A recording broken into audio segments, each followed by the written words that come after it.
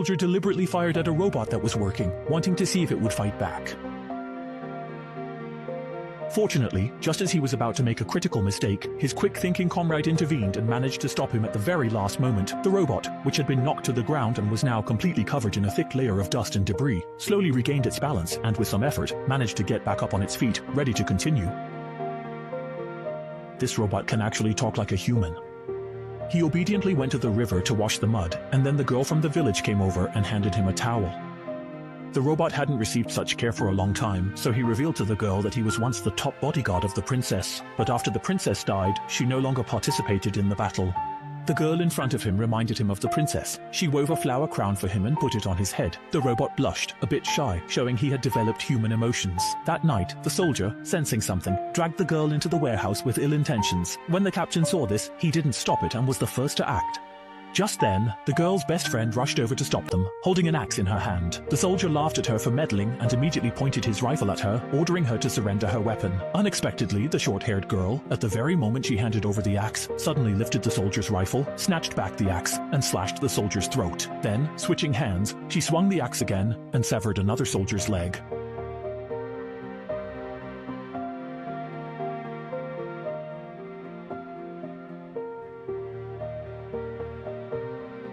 In less than 2 minutes, the short-haired girl had taken care of all the soldiers. The officer was left, holding her best friend hostage. The robot rushed in. The officer ordered the robot to pick up a rifle and shoot the short-haired girl. According to its programming, the robot had to obey, but after picking up the rifle, it stood still, calculating.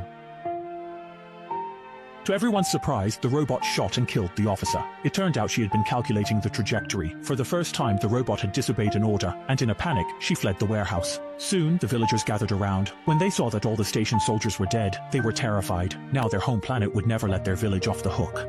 Just a few days earlier, while Moon Village's villagers worked in the fields, a giant battleship appeared in the sky. The short-haired girl ran to the village and sounded the alarm, gathering everyone to plan. The villagers thought they could sell grain to the home planet for a reward, but the short-haired girl warned not to reveal their fertile land's secret. Then, a small battleship from the home planet arrived at the village entrance. The general shook hands with the chief and said they wanted to buy grain at 3 times the usual price. The chief replied the land was barren, and they barely had enough to eat, so there was no surplus. But Ergu nearby became greedy and told the general they had stored grain to sell at a high price. When the general realized he'd been deceived, he pulled out a scepter and struck the chief's head.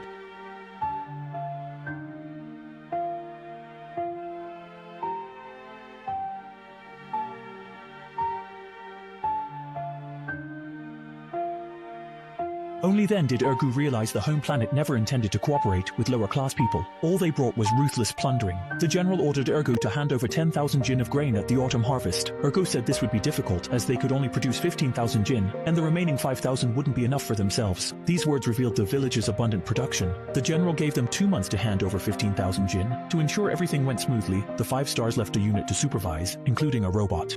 Now, all the soldiers have been killed. The short-haired girl understands that this situation means they are now irreconcilable with the home planet. When the home planet comes to collect the grain, it will be the moment the village is destroyed, so she decides to seek out the rebels to fight against the home planet's fleet. Ergo had secretly sold grain to the rebels before and knows the location of their secret base. Ergo takes the short-haired girl to the city where the rebels are hiding, looking for the rebel contact. They go to the brothel he frequents, but just happen to see a group of bounty hunters capturing a rebel. The person being captured is exactly the contact they were looking for, so they have no choice but to enter the brothel to gather information. Unexpectedly, the brothel is filled with strange aliens. One, a man who looks like Jubaji, approaches them. She suggested buying Ergu and taking him home. The short-haired girl swiftly grabbed the knife and stabbed it in front of Brother Pig, forcing him out of the brothel. Little did she know, this area was Brother Pig's turf. Taking the opportunity, the short-haired girl asked the people around if they knew the whereabouts of the rebel leader, and it just so happened that an insectoid nearby had the information. After getting the intel, the short-haired girl was about to leave, but Brother Pig returned with his men. "You should have killed me! Now you're the one who's going to die!" Brother Pig decided to attack the short-haired girl from both sides. Seeing that they wouldn't listen to reason, the short-haired girl quickly took out 3 of his men. Unexpectedly, Brother Pig quietly appeared behind her, but fortunately a bearded man stepped in and saved her life. The bearded man wanted to scavenge some money from the dead bodies, and it turned out he was also an interstellar taxi driver. The 2 of them spent a fortune to take his spaceship to the planet where the leader was located. On the way, the bearded man told the short-haired girl that he knew a member of the rebels named Longface. So they got off the ship midway and arrived on a desert planet to look for Longface. Longface was imprisoned because he owed a huge debt. Although they wanted to take him with them, they didn't have the money to pay off his debt. Fortunately, the creditor decided to take a gamble. If Longface could help him tame the giant bird, he would let him go. Watching the unusually irritable monster bird as the long-haired man slowly approached it, the long-haired man felt that the creature before him was not just an ordinary beast but must possess its own intelligence. He asked the people around to release the ropes restraining the monster bird, then knelt on one knee hoping to show the bird that he meant no harm and that they were equals. As he drew closer, he shared his own similar experiences with the monster bird. As expected, the monster bird understood his goodwill and gradually calmed down. Then the long-haired man removed the chain from around the monster bird's neck.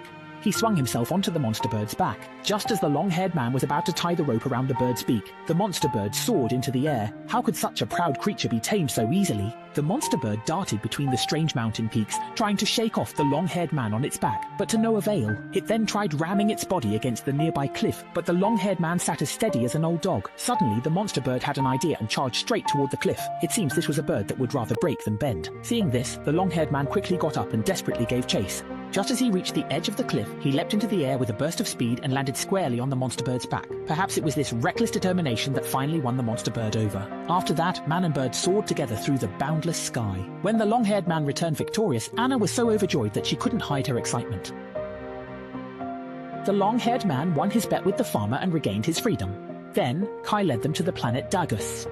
This is a planet rich in mineral resources, but after years of excessive mining by its homeworld, the entire world is shrouded in thick smoke and dust. The native creatures on the planet have less and less space to survive. At this moment, in an underground mine, a native creature with the body of a spider is holding a child in her arms and negotiating with a female ninja. The reason the spider woman captured a human child is because this place was originally her home, but due to excessive mining by humans.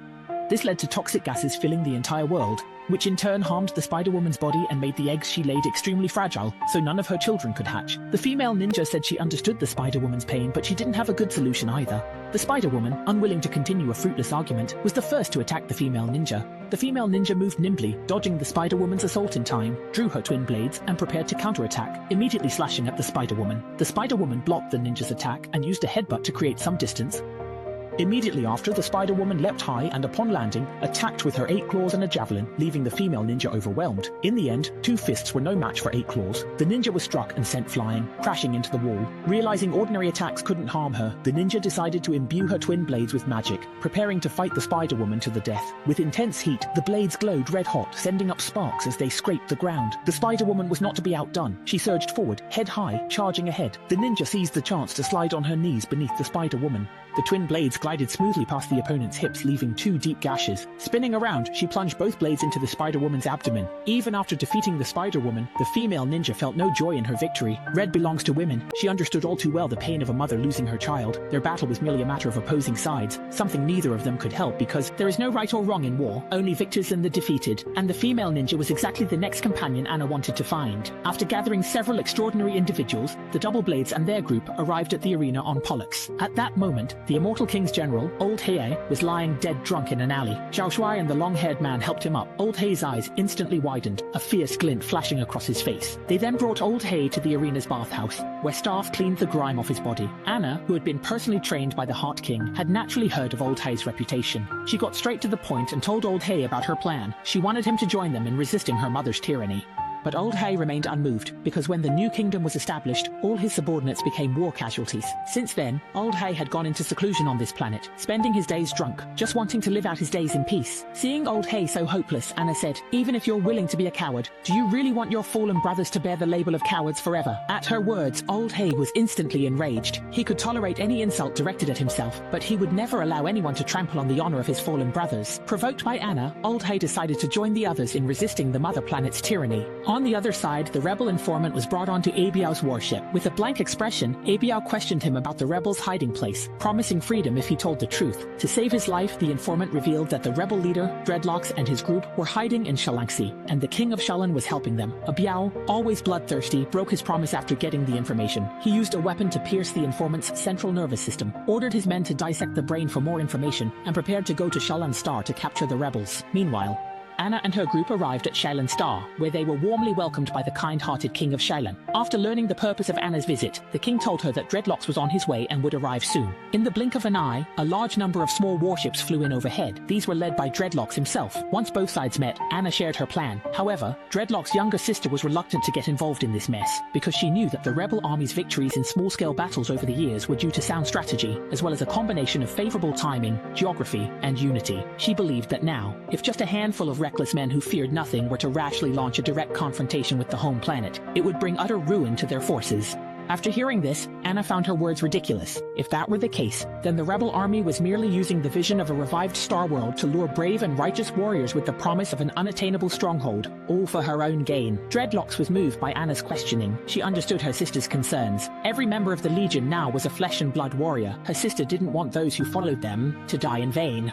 But Dreadlocks told her sister that no matter what, they must never forget their cause of revival. The reason they founded the rebel army was to overthrow their mother's tyranny, to establish a new social order. Upon hearing Dreadlock's words, her sister could only agree with her brother's decision. Dreadlocks also knew that this upcoming battle would most likely end in disaster. He told the truth to the warriors. He selected a group of veteran soldiers unafraid of sacrifice and bid farewell to his sister, urging her to leave Shallington as soon as possible and head to another base. Anna and her group set sail once again, while the resistance led by Sang followed around the spaceship. Hu Dongkai said that before going to war with Abiao, there was one last shipment on his ship that needed to be delivered to a buyer in Duaxin. That way, he could completely shed his identity as a thief and join the resistance without any guilt. Anna didn't object after hearing this. After all, Kai had saved her life, and he had been a great help along the way. Meanwhile, the king of Shailan knelt on the ground in pain, praying for something. Just after Anna left, Abiao arrived at Shallangsin and questioned the king about why he was so eager to help the resistance. The king tearfully pleaded, saying their civilization had survived over 10,000 years because they upheld honor and kindness as core values. However, Abiao dismissed the king's words with contempt. He toyed with the scepter, believing only power and war were eternal. Then, he swung the scepter in a wide arc, struck the king across the face, and with utter ruthlessness, ordered the destruction of Shallangsin.